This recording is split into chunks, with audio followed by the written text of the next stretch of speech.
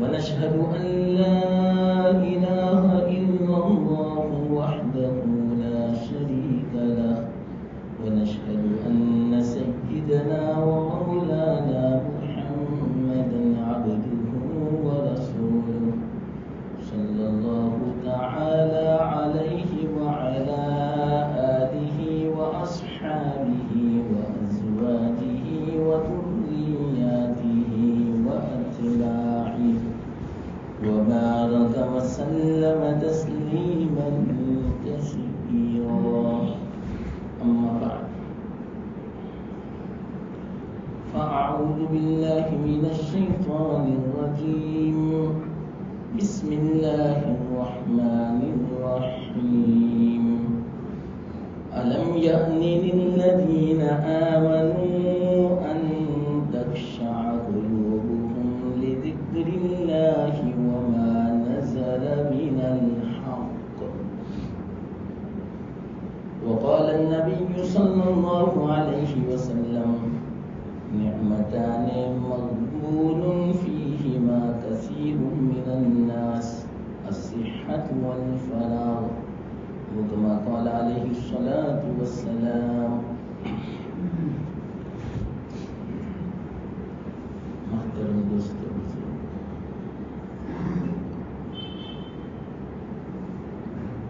خیال آیا جب یہاں بیان کی دعوت پہنچی کہ کیا عنوان اختیار کیا جائے،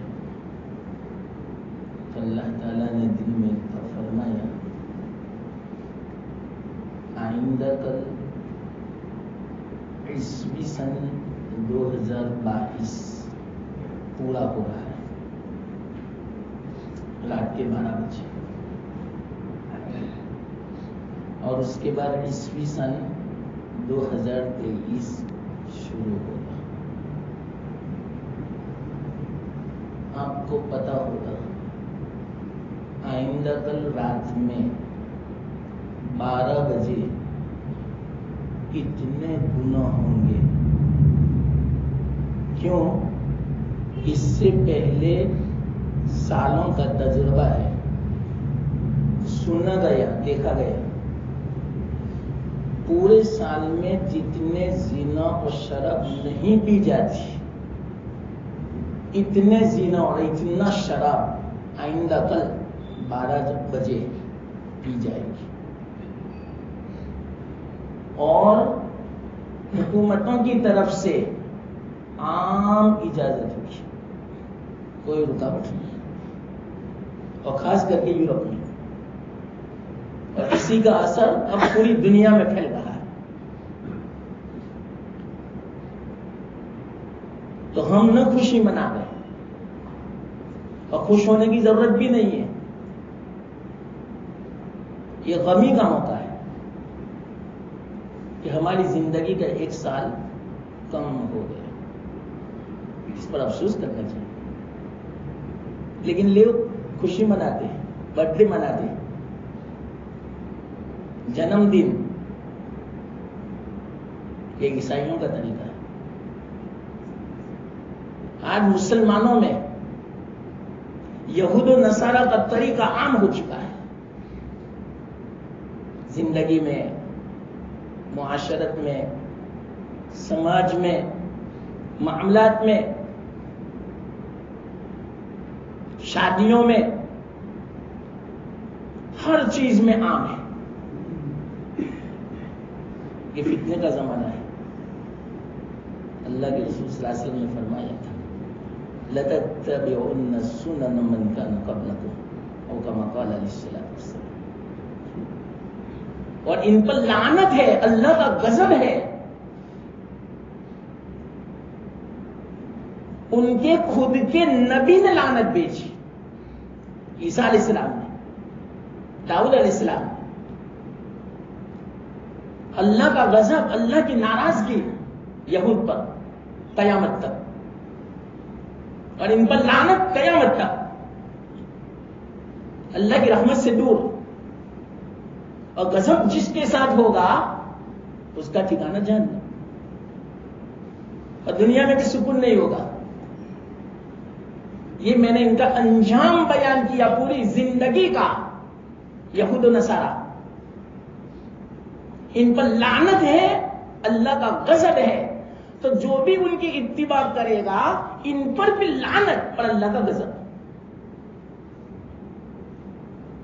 آج حقیقت میں ہماری جو برادری ہے، ہماری جو قوم ہے مسلمان، بالکل ان کے قدم بقدم نقش قدم پر چل رہی ہے. اللہ کے رسول صلی اللہ علیہ وسلم نے پیشن گوئی فرمائی تھی. یہود و نصارہ جو کچھ اپنی زندگی میں کرے گی اور کیا، ایسا ہی میری امت کرے گی.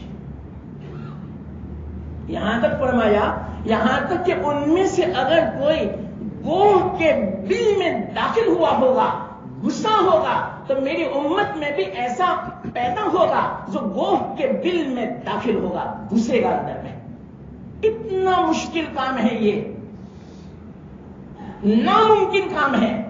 تو خلاصہ کیا معلوم؟ اللہ کے رسول صلی اللہ علیہ وسلم کا فرمانے کا کہ میری امت ناممکن کام بھی کرے گی جس کا کوئی فائدہ نہیں ہوگا، بس اس بنا پر کہ یہ کام یہود و نصارہ نے کیا ہے، یورپ والوں نے کیا ہے، اس لیے ہم کریں گے.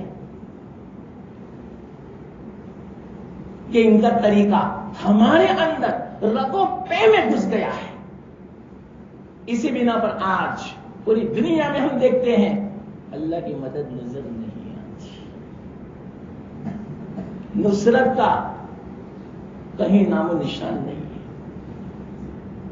وجہ بس یہی ہے، ان کے نقش قدم پر ہم چل رہے ہیں. تو یہ خوشی کا موقع نہیں ہے، یہ مبارکبادی دینے کا موقع نہیں ہے. ہم مسلمانوں کے لیے تو ہجری سن ہے، عیسوی سن نہیں ہے. ہجری سن کا یاد رکھنا فرض کفایہ ہے، واجب سے بھی اونچا مرتبہ، سنت سے بھی اونچا ہجری سن کا یاد رکھنا. اس پر ہی سارے مسائل کا مدار ہے.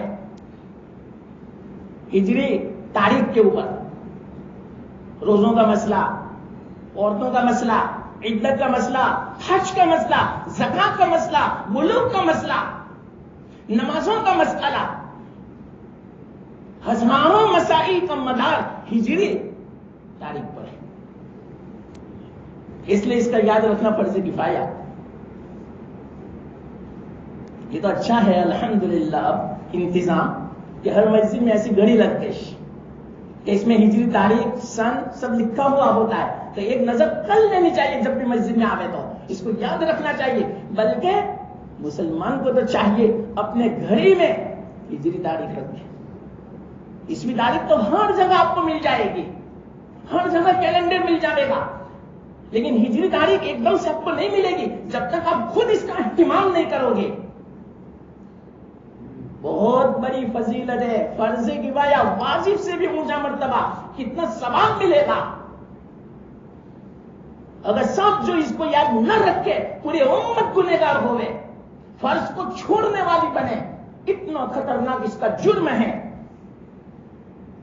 تو جب اس طرح کا نیا سال آئے تو خوشی نہیں منانی چاہیے مسلمان کو. یہ تو ان کا طریقہ ہے، یہود و نصارہ کا طریقہ ہے.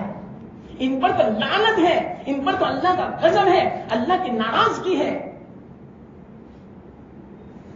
اس لیے آج مسلمان کو اس کا اہتمام کرنا چاہیے. ان کے طریقوں کو نہ اپنائے. ان کے طریقوں میں کوئی برکت نہیں، کوئی رحمت نہیں. اللہ کی ناراضگی ہے، اللہ اپنی رحمت سے دور کر دیتا ہے اس کو. پھر جھگڑے، پھر پریشانیاں، مشکلات کا سامنا، یہ تمام چیزوں کا شکار ہونا پڑتا ہے. جو آدمی اللہ کے رسول صلی اللہ علیہ وسلم کے طریقے کو، رستے کو چھوڑتا ہے، سنتوں کو جو چھوڑتا ہے، سکون نہیں ملتا اس کو. آج پوری دنیا میں یہ فتنہ ہے، فتنے کا زمانہ ہے. اللہ کے رسول صلی اللہ علیہ وسلم نے جو پیشین گوئیاں فرمائی ہے واقعیتاً آج نظر آتی ہے کہ یوں سمجھو حضرت مہدی کے ظہور کا وقت قریب آ چکا ہے. پوری دنیا ظلم و جور سے بھر جائے گی، باطل نظریات پوری دنیا میں عام ہو جائیں گے.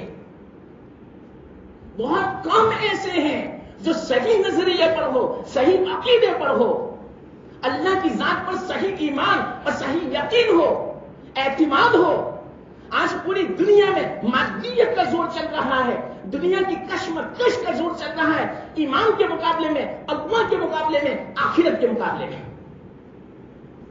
بڑا خطرناک یہ فتنے کے زمانے کی میں نے ایک خلاصہ کہہ دیا علامت بتا کے، کہ جس زمانے میں ایمان اور کفر، آخرت اور دنیا، ان دونوں کی کشمکش ہو، ان دونوں کا معرکہ ہو اور دنیا کو ترجیح دی جا رہے، دنیا موسرا، حدیث میں ہے کہ دنیا کو ترجیح دی جا رہے اور ہر آدمی اپنی رائے پر چلے، نہ کہ شریعت کی رائے پر، نہ کہ قرآن حدیث کی رائے پر، جو اپنے دل میں آ رہے، اپنے گھر والے اس کو جو بتا رہے، چاہے شادی کے موقع پر ہو، چاہے غمی کے موقع پر ہو، چاہے سماج میں رہنے کے اعتبار سے ہو، اس کا دل جو کہے گا اسی پر وہ چلے گا. یہ فتنے کے زمانے کی علامت ہے. آج ایسا ہی ہے، کوئی شادی کے موقع پر نہیں پوچھتا کہ سنت کیا ہے، بتاؤ سنت طریقہ کیا ہے. 2-3 دن خوشی مناتا ہے بس شادی میں، لیکن اس کا وبال پوری زندگی باقی رہتا ہے. شادی کے بعد کتنے سال تک زندہ رہتا ہے؟ عام طور پر 50، 60، 70 سال. 2-3 دن کے نحوست 50 سال تک باقی رہتی ہے. اور اوپر سے گناہ تو باقی، اللہ کو جواب دینا ہوگا، وہ الگ. سنت کے خلاف کیا آپ نے، اس کا جواب دینا پڑے گا. پیسوں کا اسراف کیا، اس کا جواب دینا پڑے گا. گناہوں کا ارتکاب کیا، اس کا جواب دینا پڑے گا. اور اس میں کوئی برکت نہیں ہوگی، وہ الگ. اولاد نافرمان پیدا ہوگی، وہ الگ. اس کی وجہ یہ ہے سب سے بڑی کہ سنت کے مطابق شادیاں نہیں ہوتی، سنت کے مطابق زندگیاں نہیں ہم گزارتے. تو اس کا وبال ہمارے اوپر تو پڑتا ہے، لیکن آنے والی جو نسل ہے اس پر بہت زیادہ پڑتا ہے. آج ہماری نسل میں صحیح کہتا ہوں، آپ کو پتا نہیں ہے، ذہنی اعتبار سے کافر ہو چکی ہے، سوچ کے اعتبار سے مرتد ہو چکی ہے. سوچ اولاد کی دنیا کو ترجیح دینا ہے، چاہے ایمان ہمارا چلا جائے کوئی فکر نہیں. اس کو بولتے ہیں دنیا کو ترجیح دینا. مسبب الاسباب کی طرف نظر نہیں ہے، اسباب کی طرف نظر ہے. دنیا کے خاطر سب برباد، سنتیں برباد، نماز برباد، تلاوت برباد، آخرت برباد، اللہ کو ناراض کیا، اللہ کے رسول صلی اللہ علیہ وسلم کو ناراض کیا، یہ سب برداشت ہے دنیا کے خاطر. اس کو بولتے ہیں دنیا موسرا، دنیا کو ترجیح دی جائے گی. ان کو پتا نہیں کہ یہ جو خوشی مناتے ہیں نئے سال کی، انگریزی و عیسوی سن کی، اور اتنی زیادہ خوشی منائی جاتی ہے کہ پورے سال میں اتنے گناہ نہیں ہوتے، اتنا زنا نہیں ہوتا، اتنی شراب نہیں پی جاتی، اتنا نقصان نہیں پہنچایا جاتا، اتنا اسراف نہیں کیا جاتا جتنا ایک رات میں رات کے 12 بجے کیا جاتا ہے.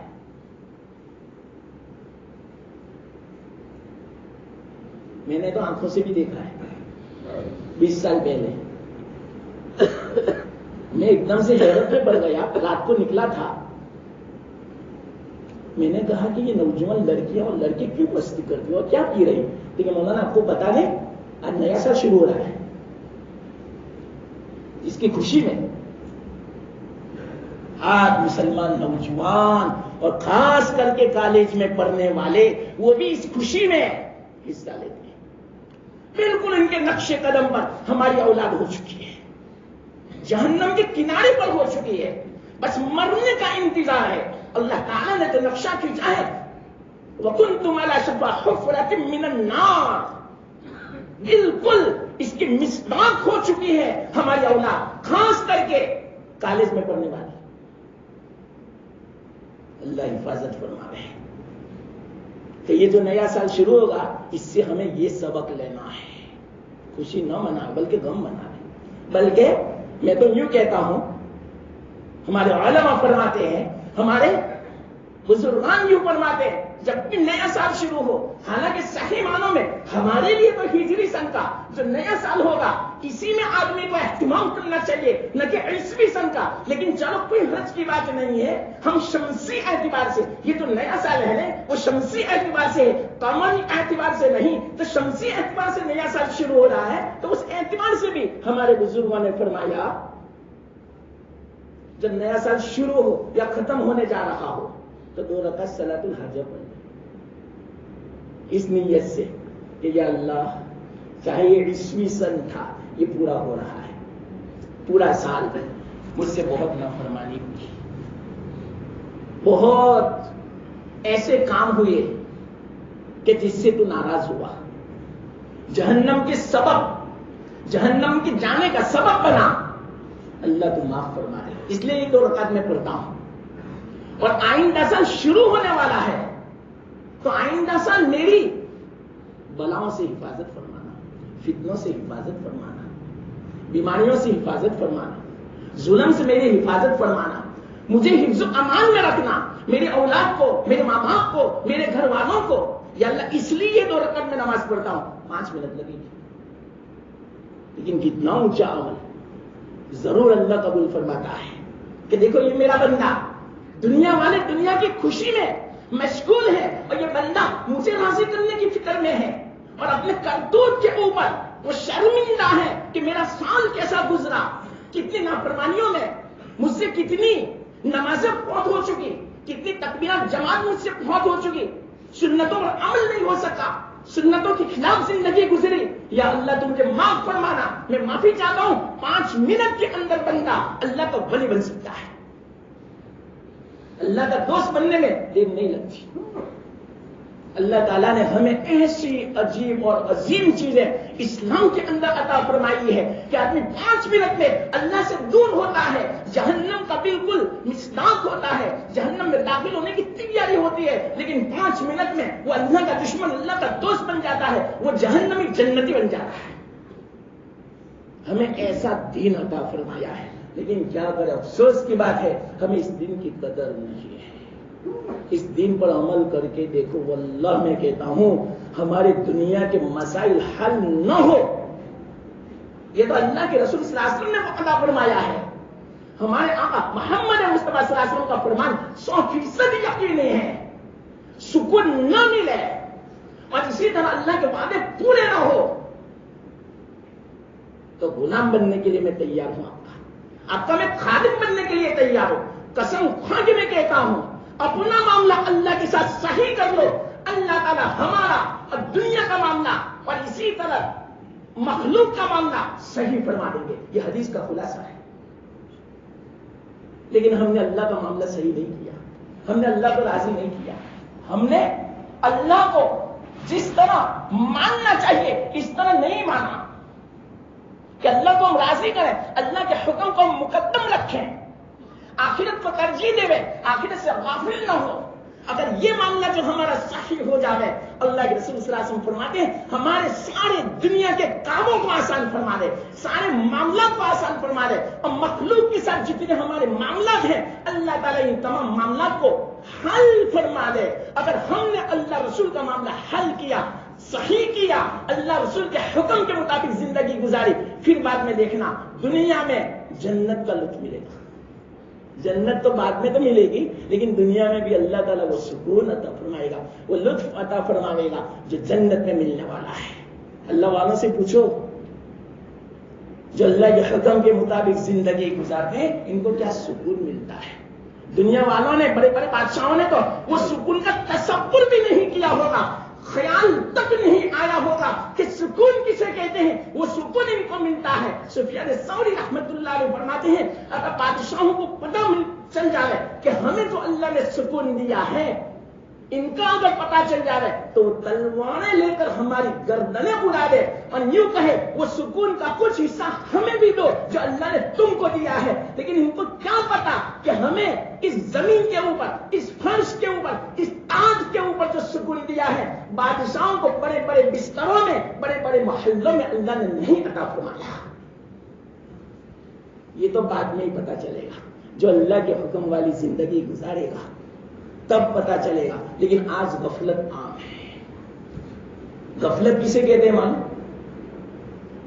ڈاکٹر عبدالحی عارفی رحمت اللہ علیہ انہوں نے فرمایا واقعیتاً بڑی عجیب بات ہے, بڑی تفصیل طلب بات ہے.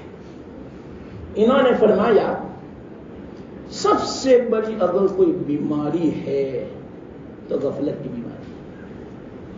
غفلت کس سے؟ آخرت سے, اللہ سے, اللہ کے حکم سے. اللہ کا حکم ہی یاد نہ ہو, آخرت کا کوئی استحضار نہ ہو, آخرت کا کوئی خیال نہ ہو. ہر وقت بس دنیا سامنے, دنیا کا مفاد سامنے, میرا دنیا کا نقصان نہ ہو, چاہے آخرت کا نقصان ہو جاوے, ایمان کا نقصان ہو جاوے, اللہ رسول ناراض ہو جاوے, کوئی فکر نہ ہو. دنیا والے ناراض نہیں ہونے چاہیے, میرا دنیا کا کوئی خسارہ نہیں ہونا چاہیے. اگر یہ زندگی ہے تو حقیقت میں یہ غفلت والی زندگی ہے, اور اس سے بڑی بیماری اللہ تعالیٰ نے دنیا میں کوئی پیدا نہیں کی. جو کچھ ہوتا ہے غفلت سے ہوتا ہے. نماز سے آدمی جو غافل ہوتا ہے نا, کیوں؟ اس لیے کہ وہ آخرت سے غافل ہے, اللہ سے غافل ہے, اللہ کی ناراضگی سے وہ غافل ہے کہ اللہ کتنا ناراض ہوتا ہے, اللہ کی کتنی سخت وعید ہے اس کے اوپر, اس سے وہ غافل ہے. اسی بنا پر اس کی نماز فوت ہو جاتی ہے. ورنہ صحیح معنوں میں اگر استحضار ہوتا آخرت کا, اللہ کی نعمتوں کا, اللہ کے حاضر ناظر ہونے کا اگر استحضار ہوتا, اس سے گناہ نہ ہوتے, اس سے نافرمانی نہ ہوتی. اسی بنا پر یہ فرمایا سب سے بڑی اگر کوئی نعمت ہے تو استحضار الہی. سب سے بڑی بیماری غفلت, اور سب سے بڑی نعمت استحضار. جب اللہ کا استحضار ہوگا کہ اللہ ہمیشہ میرے ساتھ ہے, تو اس سے گناہ ہو ہی نہیں سکتا, نافرمانی ہو ہی نہیں سکتی, اس کی زندگی ایسی ہو ہی نہیں سکتی کہ جس سے اللہ ناراض ہو, اللہ کے رسول صلی اللہ علیہ وسلم ناراض ہو, ہماری آخرت برباد ہو. یہ ہو ہی نہیں سکتا کب؟ جب کہ استحضار ہوگا. اس لیے یہ فرمایا استحضار کی فکر کرو, اس کی عادت بناؤ, اس کی مشق کرو. مشق کرنی پڑے گی, مشق کرنے کے بعد یہ صلاحیت پیدا ہوتی ہے, یہ استحضار نصیب ہوتا ہے. اور اتنی بڑی نعمت ہے واللہ, جن کو نصیب ہوئی ہے ان کی زندگیاں دیکھ لو, ایک بول ان کی زبان سے ایسا نہیں نکلتا جو وبال کا سبب بنے, دنیا میں بھی آخرت میں بھی. اسی لیے تو فرمایا کہ زبان کی حفاظت کرو, پہلے تولو پھر بولو. یہ کب ہوگا معلوم؟ جب کہ استحضار ہوگا, آخرت کا خیال ہوگا کہ ہر بول کا مجھے جواب دینا ہے اللہ تعالیٰ کو. تو وہ سوچ سوچ کے بولے گا, تول تول کے بولے گا, کوئی ایسا لفظ نہیں نکالے گا کہ جس سے کسی آدمی کو تکلیف پہنچے, اس کے دل کو ٹھیس پہنچے, ایزا پہنچے, اللہ ناراض ہو جائے. تو یہ کب ہوگا؟ جب کہ استحضار ہوگا. اس لیے سب سے بڑی نعمت فرمایا استحضار الہی, اور سب سے بڑی اگر کوئی بیماری ہے تو غفلت آخرت سے. دنیا میں اتنا انہماک ہو, دنیا کو اتنی ترجیح دیتا ہو کہ آخرت کو بھول جاوے, اللہ کو بھول جاوے کہ اللہ کے سامنے مجھے حاضر ہونا ہے, اللہ کو جواب دینا ہے. یہ جتنے بھی آج گناہ ہوتے ہیں, جرم ہوتے ہیں, ان سب کا نتیجہ یہ ہے کہ غفلت عام ہو چکی ہے. اللہ کے رسول صلی اللہ علیہ وسلم نے فتنے کے زمانے کی بہت بڑی علامت بتائی, غفلت عام ہو جائے گی پوری دنیا میں, اور آخرت کا استحضار ختم ہو جائے گا. آج ایسا ہی ہے. تو اللہ تعالیٰ ہماری حفاظت فرماوے, ہماری نسلوں کی حفاظت فرماوے, ہمارے مومن نوجوانوں کی اور بچیوں کی اللہ حفاظت فرماوے. یہ تو سال شروع ہونے والا ہے آئندہ کل, کہ اس میں ایسی حرکتیں نہ کریں کہ جس کی بنا پر پورا سال اس کا وبال ہمیں برداشت کرنا پڑے اور اس کی نحوست پوری زندگی باقی رہے. اللہ تعالیٰ اس سے ہماری حفاظت فرماوے, پورے امت کی حفاظت فرماوے. بہت ضروری ہے مسلمانوں دعا. آج ہم نے اس ہتھیار کو چھوڑ دیا ہے, قدم قدم پہ انشاءاللہ ہماری مدد کرے گا یہ دعا کا ہتھیار. کوئی بھی کام ہو, چاہے دنیا کی ضرورت ہو, آخرت یا دین کی ضرورت ہو, اللہ سے پہلے مانگو. صحیح معنوں میں جس کو مانگنا کہتے ہیں, صلاۃ الحاجہ پڑھو, اللہ تعالیٰ سارے مسائل کو حل فرما دے گا. چاہے گھر کا مسئلہ ہو, چاہے روزگار کا مسئلہ ہو, چاہے اولاد کا مسئلہ ہو, شادیوں کا مسئلہ ہو, چاہے کوئی بھی مسئلہ ہوگا, اللہ تعالیٰ آسان فرما دے گا. اور ایسے وقت میں جب کہ فتنہ عام ہوگا, اللہ کے رسول صلی اللہ علیہ وسلم نے فرمایا ایسے وقت میں جو عبادت بجا لاتا ہے, دعائیں کرتا ہے, اللہ سے تعلق قائم کرتا ہے, آخرت کی فکر کرتا ہے اور غافل نہیں ہوتا, اللہ کے رسول صلی اللہ علیہ وسلم نے فرمایا ایسے وقت میں جو عبادت اور اس طرح کی وہ زندگی گزارتا ہے 50 صحابہ کے عمل کے برابر اللہ تعالیٰ اس کے نامہ اعمال میں ثواب لکھ دیتے ہیں. 50 صحابہ کے برابر. اور اللہ کے رسول صلی اللہ علیہ وسلم نے فرمایا فتنے کے زمانے میں اس طرح خیال کرنے والا اللہ کا, دین کا اور عبادت بجا لانے والا, عبادت میں سب آ گیا. اللہ رسول کے حکم کو پورا کرنا, چاہے کوئی بھی عبادت ہو, ان تمام عبادت کو اس طرح بچا لانے والا اس زمانے میں, فتنے کے زمانے میں وہ ایسا ہے گویا میری طرف ہجرت کرنے والا. اور ہجرت سے کیا ہوتا ہے معلوم؟ سارے گناہ معاف. الہجرت تحریم ما کان قبلہ او کما قال علیہ الصلوۃ والسلام. ہجرت اگلی زندگی کے سارے گناہوں کو معاف کر دیتی ہے. تو ایسے زمانے میں ہم نماز کی پابندی کریں گے, اللہ کے حکم کی پابندی کریں گے, سنتوں کی پابندی کریں گے, اور واقعات یہ بہت قیمتی زمانہ ہے. یہ عالم دنیا بہت قیمتی ہے. 3 عالم اللہ نے بنائے, عالم دنیا, اس کے بعد عالم برزخ اور اس کے بعد عالم آخرت. علماء فرماتے ہیں ان 3 عالم میں سب سے زیادہ افضل کوئی اگر کوئی عالم ہے تو عالم دنیا ہے. اسی پر مدار ہے عالم برزخ کا. یہ عالم جیسا ہمارا گزرے گا عالم برزخ ایسا ہی ہوگا, اور عالم برزخ ہمارا جیسا ہوگا عالم آخرت ایسا ہی ہوگا. تو یہ بہت قیمتی ایام, قیمتی لمحات ہمیں اللہ نے عطا فرمائے. امام غزالی رحمۃ اللہ علیہ فرماتے ہیں جس بندے سے اللہ تعالیٰ محبت کرتا ہے, جس بندے کو اللہ تعالیٰ دوست بنانا چاہتا ہے, اللہ تعالیٰ ان کو صحیح اوقات کو صحیح اعمال میں گزارنے کی توفیق عطا فرماتا ہے. یہ جو ہماری زندگی ہے ان اوقات کو, ان لمحات کو نیک اعمال میں اللہ تعالیٰ گزارنے کی توفیق عطا فرماتے ہیں. جن کے ساتھ ایسی توفیق شامل حال ہو یوں سمجھے وہ اللہ کا دوست ہے.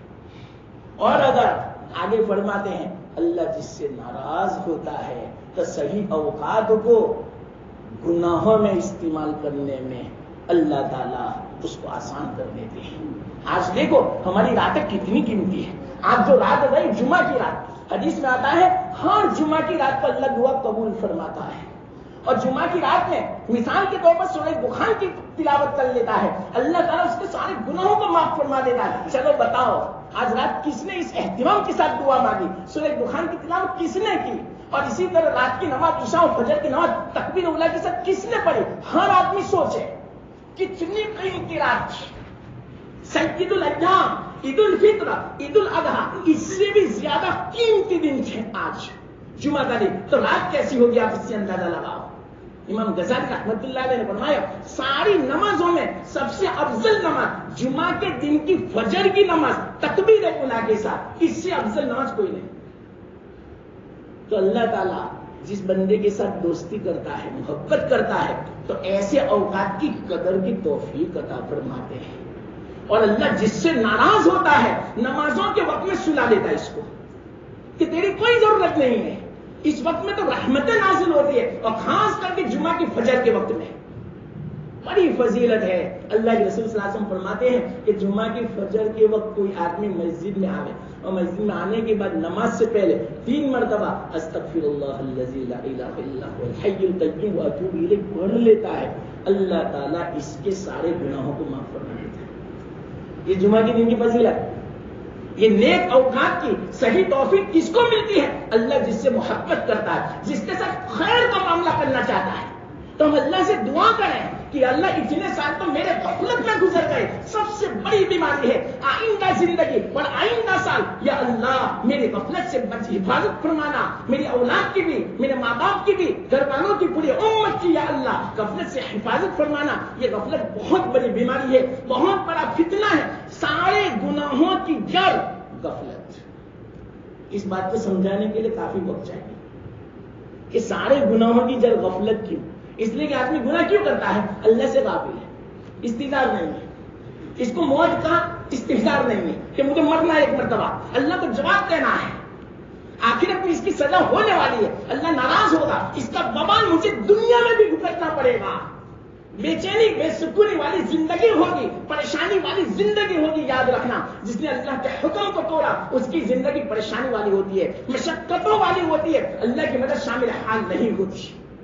تو یہ غفلت کا نتیجہ ہے۔ تو آئندہ سال شروع ہونے والا ہے، کہیں ہمارا یہ سال کہیں غفلت میں نہ گزرے، اور اتنا جو کچھ ہوا اللہ تعالیٰ اس کو معاف فرمائے۔ بس یہ بات میرے ذہن میں ایک دم آئی، میں نے بیان کر دی، اور بھی بہت ساری باتیں یاد آئی تھی لیکن وقت نہیں ہے، بس یہ تو ایک آدھا گھنٹہ ایک مختصر آپ کو تنبیہ متربع یاد دلانے کے لیے اتنی بات میں نے کہہ دی۔ تو اللہ تعالیٰ نے جو کہنے کی توفیق عطا فرمائی، مجھے آپ کو پوری امت کو عمل کی توفیق عطا فرمائے۔ ایک آخری اعلان یہ ہے، یہاں کے جو ذمہ دار ہیں انہوں نے بھی مجھے ذرا فرمایا، انہوں نے کہ ذرا اتنا اعلان کر دینا۔ ماشاءاللہ میں نے مسجد پہلی مرتبہ یہ دیکھی نیچے والی، دل خوش ہو گیا۔ اس میں آپ نے واقعتاً بہت ساتھ دیا ہوگا، لامے دیرہ میں سفر میں قدم میں ہر اعتبار سے آپ نے ساتھ دیا ہوگا، اور آپ کا دل بھی ماشاءاللہ یہ چاہتا ہوگا کہ اوپر والا بھی جو کام باقی ہے وہ بھی اچھی طرح مکمل ہو جائے۔ تو آپ کو تو پتا ہے کہ یہاں کی کوئی خاص متعین کوئی آمدنی نہیں ہے، بلکہ آپ جو اصحاب خیر ہیں اس کی طرف جو توجہ دے جبھی وہ کام ہو سکتا ہے، اور کام تو چالو ہے ابھی۔ تو ابھی جو کام چالو ہے اس میں 3 لاکھ کا تو قرضہ ہو چکا ہے، اور ابھی دوسرا کام بھی باقی ہے۔ تو جو صاحب خیر حضرات اس میں حصہ لگانا چاہے، واقعتاً ہمارا آخرت میں ذخیرہ ہو جائے گا، اور اللہ تعالیٰ دنیا میں بھی کئی گناہ عطا فرمائیں گے۔ یہ تو ہمیں اللہ کے راستے میں خرچ کرنے کے بعد ہی پتہ چلے گا۔ ہمارا مال صحیح یہ ہے استعمال، نہ کہ ہم خرافات کے اندر، رسم و رواج کے اندر۔ آج شادیوں میں ہم کتنا خرچ کرتے ہیں، بالکل رسم و رواج والی خرافات والی چیزوں میں، تو اتنا پیسہ ہم وہاں پر موقوف کر دے، روک دے، تو اتنا پیسہ اللہ کے راستے میں دے، اللہ کے گھر میں دے، غریبوں کی مدد میں دے، اپنے رشتہ داروں میں دے۔ اور ابھی تو فی الحال یہاں اس مسجد میں ضرورت ہے تو آپ اس میں پیسہ لگا رہے، انشاءاللہ یہ پیسہ ہمیشہ آپ کے لیے صدقہ جاریہ ہو جائے گا۔ اور جتنی عبادت ہوگی، نمازیں، تلاوت، ذکر، تعلیم، سنتوں پر عمل، جو کچھ ہوگا یہاں اچھے مشورے دن کے، وہ سارا ثواب، چاہے جس نے 10 روپے لگائے 100 روپے لگائے، سب کے حصے میں وہ ثواب آئے گا اور آخرت میں کام آئے گا۔ آخرت کی ہمیشہ کی زندگی ہے۔ ہم نے دنیا میں بہت خرچے کیے، بہت ہمیں خواہشیں پوری کی، تو ہم ایک اللہ کے گھر کی ایک ضرورت ہے تو آپ اس کی طرف ضرور توجہ دیں۔ اور اگر کوئی اللہ تعالیٰ نے جس کو نوازا ہو، صاحب خیر ہو، اللہ تعالیٰ نے مال دیا ہو، تو یہاں قرضے کی بھی ضرورت ہے۔ ذمہ دار نے یوں فرمایا، اگر کوئی قرض حسنہ دینا چاہے تو انشاءاللہ قرضے کا ثواب تو اور زیادہ ہے۔ حدیث میں کہ 1 کا 10 گنا اللہ کے راستے میں خرچ کرنے کا ثواب کم سے کم، لیکن قرضے کا ثواب کتنا معلوم؟ 1 کا 18 گنا، اتنا ثواب ملتا ہے۔ اور اللہ کو قرض دینا، من ذا الذی یقرض اللہ قرضا حسنا، کون ہے جو اللہ کو قرض حسن دے؟ تو واقعیت یہ تو اللہ کا گھر ہے، اور یہ اللہ کا گھر یاد رکھنا، پوری دنیا فنا ہو جائے گی لیکن یہ اللہ کا گھر فنا نہیں ہوگا۔ حدیث میں ہے دنیا میں جتنی مسجدیں ہیں ان تمام مسجدوں کی زمینوں کو اللہ تعالیٰ اس مادے کو جمع فرمائیں گے، اور مادے کو، مٹیریل کو جمع فرما کر کعبہ شریف کے ساتھ ملا دیں گے، اور کعبہ شریف کی جگہ کو دنیا کی ساری مسجدوں میں ملا کر اللہ تعالیٰ اس کو فنا سے بچا لیں گے اور اس کو سیدھی جنت میں داخل فرمائیں گے۔ آپ ہی بتاؤ، اس جگہ کو اگر آپ نے آباد کیا پیسوں کے اعتبار سے، ذکر نماز کے اعتبار سے، تو یہ جگہ کل قیامت کے دن جنت میں جائے گی۔ تو انشاءاللہ العزیز یہ جگہ اکیلی نہیں جائے گی، بلکہ جس نے آباد کیا ہوگا، چاہے عمارت تعمیر کے اعتبار سے ہو، قرضے کے اعتبار سے ہو، عبادت کے اعتبار سے ہو، اس کو بھی اپنے ساتھ میں لے جائے گی یہ جگہ۔ یہ حدیث میں ہے یہ بات، کتنی زبردست فضیلت کی بات ہے۔ اور اللہ کے راستے میں چاہے تم معمولی ایک اینٹ اپنے اللہ کے راستے میں لگاؤ گے، اللہ اس کے بدلے میں جنت میں ایک مکان بناتا ہے۔ اور حدیث میں یاد ہے، جیسا اللہ کا گھر تم دنیا میں بناؤ گے، ایسا ہی تمہیں اللہ تعالیٰ آخرت میں جنت میں ایسا مکان عطا فرمائیں گے۔ تو واقعاً کتنا اچھا یہ گھر ہم نے بنا دیا، اللہ کی توفیق سے، ہمارا کوئی کمال نہیں۔ تو اوپر بھی بہت ضرورت ہے، وہاں تعلیم ہوگی، بچے پڑھیں گے، ان کی ایمان کی حفاظت ہوگی، کتنا ثواب ملے گا آپ اندازہ لگاؤ. تو جو اس میں حصہ لگائے گا ان کو ایصال ثواب اپنی فیملی کے لیے، اپنے والدین کے لیے، رشتہ داروں کے لیے اگر ایصال ثواب کا بڑا اچھا موقع ہے. اور یہ آپ جو محلہ ہے، یہ سوسائٹی، ان کی تو ذمہ داری ہے. ہر آدمی کو چاہیے کہ حصہ لگاوے. کیوں؟ کوئی یوں کہتا ہے کہ ہم غریب ہیں، ہمارے پاس اتنا پیسہ نہیں. تو میں یوں کہتا ہوں جب بچی یا بچے کی شادی آتی ہے تو اس وقت ساری رسم و رواج ہوتی ہے، 5-10 لاکھ روپے خرچ ہو جاتے ہیں، تو وہاں اس وقت کہاں سے پیسے آتے ہیں؟ بہت افسوس کی بات ہے. اللہ تعالیٰ ہمیں وہ دل عطا فرماوے، سمجھنے والا دل ایسا ہو کہ واقعی اگر ہم اس کی فکر لے تو یہ اللہ کا گھر، یہ ہمارا ہی گھر ہے، ہر آدمی کا گھر ہے. تو ہر آدمی کو ایک ذمہ لینا چاہیے. بلکہ میں بعد میں کہوں گا انشاءاللہ سعید بھائی کو کہ آپ ایسا حساب کرو کہ اوپر کتنا خرچہ باقی ہے، تو کتنے مسلح ہوتے ہیں. تو مسلح کے اعتبار سے ہر آدمی پر اگر جو ہمت ہونے اتنی ذمہ داری لے لے. اگر مسلح کے اعتبار سے 500 روپے پڑتے ہیں ایک مسلح یا 1000 روپیہ پڑتا ہے تو 1000 روپے دینا آسان ہے. آپ کو ایک دم سے ایک ہی وقت میں 1000 روپے نہیں لینا چاہتے، بلکہ آج 100 روپے دیے، 5 دن کے بعد دوسرے 100 دیے، تو آپ 2-1 مہینے میں 100 روپے کر کے 1000 روپے تو ہر مسلح دے سکتا ہے. بلکہ ہر گھر میں اس طرح مشورہ کرو، اپنے عورتوں سے بھی کہو، بچیوں سے بھی کہو کہ تمہارے پاس پیسے ہیں، ہمارے پاس ریچارج کے اور موبائل کے کتنے پیسے، یہ ڈیزل اور پیٹرول کے پیسے آ جاتے تو اللہ کے لیے کیوں نہیں آتے. انشاءاللہ اللہ ہماری مدد فرمائے گا، دنیا کے کاموں کو آسان فرمائے گا. تو اللہ نے جس کو دیا ہے میں اس سے درخواست کرتا ہوں کہ ضرور قرض حسنہ بھی دے. 3 لاکھ کی بھی ضرورت ہے، اور جو دوسرا کام باقی ہے وہ بھی آپ دعا بھی کریں کہ اللہ اس کو آسان فرما دے، تکمیل تک پہنچا دے. بس یہ ایک اعلان تھا. واخر دعوانا الحمدللہ.